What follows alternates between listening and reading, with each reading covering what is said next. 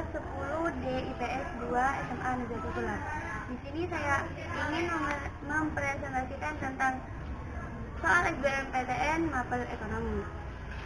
Di sini saya mempunyai 10 soal. Soal yang pertama adalah peran yang dimainkan oleh para pelaku ekonomi antara lain sebagai pengguna faktor produksi, pemilik faktor produksi, penghasil barang dan jasa, pengguna barang dan jasa, dan penyedia faktor produksi. Peran yang dapat dimainkan oleh rumah tangga konsumen adalah A. Pengguna faktor produksi, pemilik faktor produksi, dan penghasil barang dan jasa. B. Pengguna faktor produksi, penghasil barang dan jasa, serta pengguna barang dan jasa. C.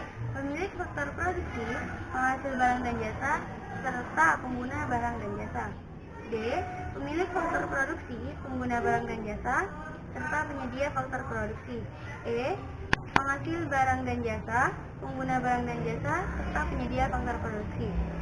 Jawaban dari soal nomor 1 adalah D. Pemilik faktor produksi, pengguna barang dan jasa, serta penyedia faktor produksi. Oke, kita lanjut ke soal nomor 2.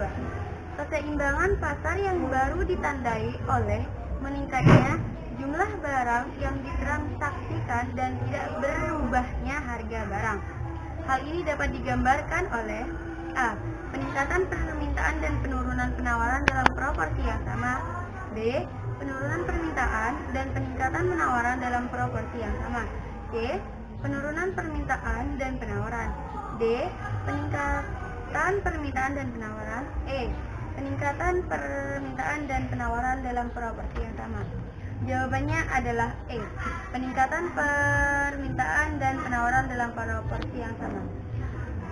Berikutnya soal nomor 3. Ketika harga per unit suatu barang 100.000, jumlah barang yang ditawarkan 50 unit, dan ketika harga per unit turun menjadi Rp50.000, jumlah barang yang ditawarkan menjadi 30 unit. Nilai koefisien elastisitas penawaran barang tersebut bersifat A. Elastis. B. Inelastis. C. Elastis unitary. D. Elastis sempurna. E. Inelastis sempurna. Jawabannya adalah B. Inelastis. Soal nomor 4. Jenis biaya yang tidak perlu dikeluarkan oleh perusahaan ketika tidak berproduksi adalah A. Biaya tetap. B. Biaya total. C. Biaya marginal. D. Biaya variabel. E. Biaya peluang. Jawaban dari soal nomor 4 adalah D. Biaya variabel.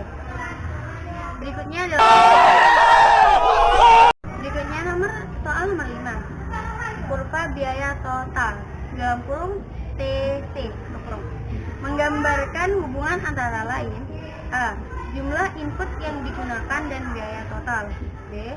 Jumlah output yang diproduksi dan biaya total. C. Jumlah output yang diproduksi dan penerimaan total.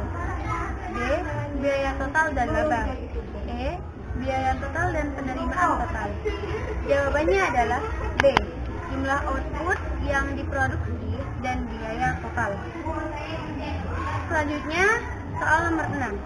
Kebijakan harga yang seharusnya dilakukan oleh monopolis jika ingin meningkatkan penerimaan total adalah A. Menaikkan harga barang pada saat harga barang elastis. B.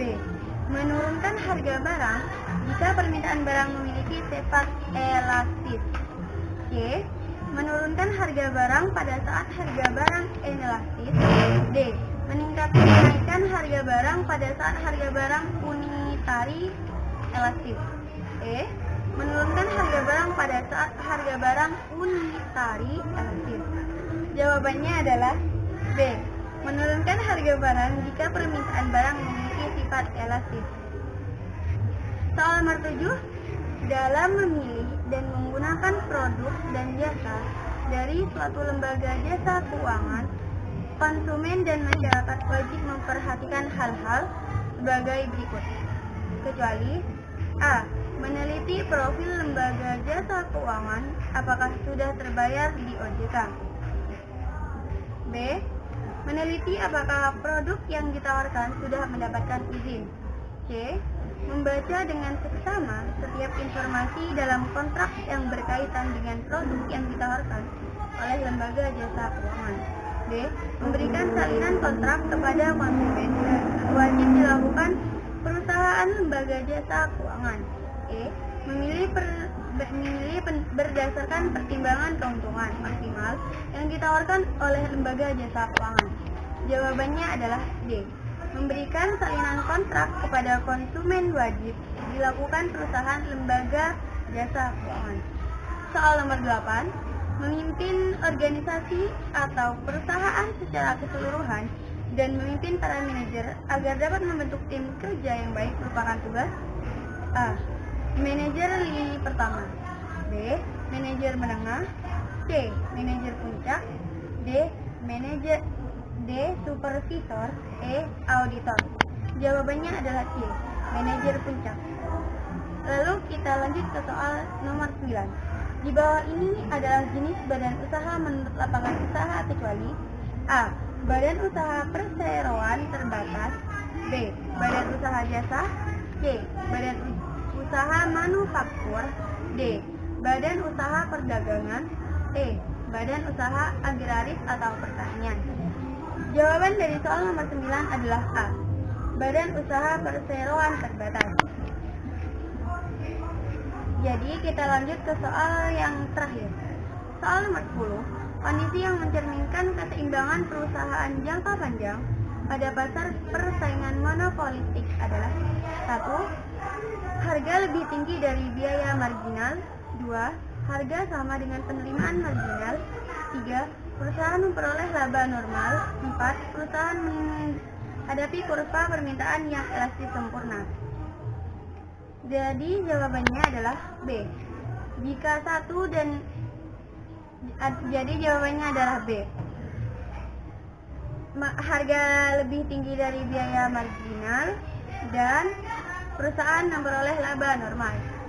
Cukup sekian presentasi soal SBMPTN Mapel Ekonomi dari saya. Kurang lebihnya mohon maaf. Wassalamualaikum warahmatullahi wabarakatuh.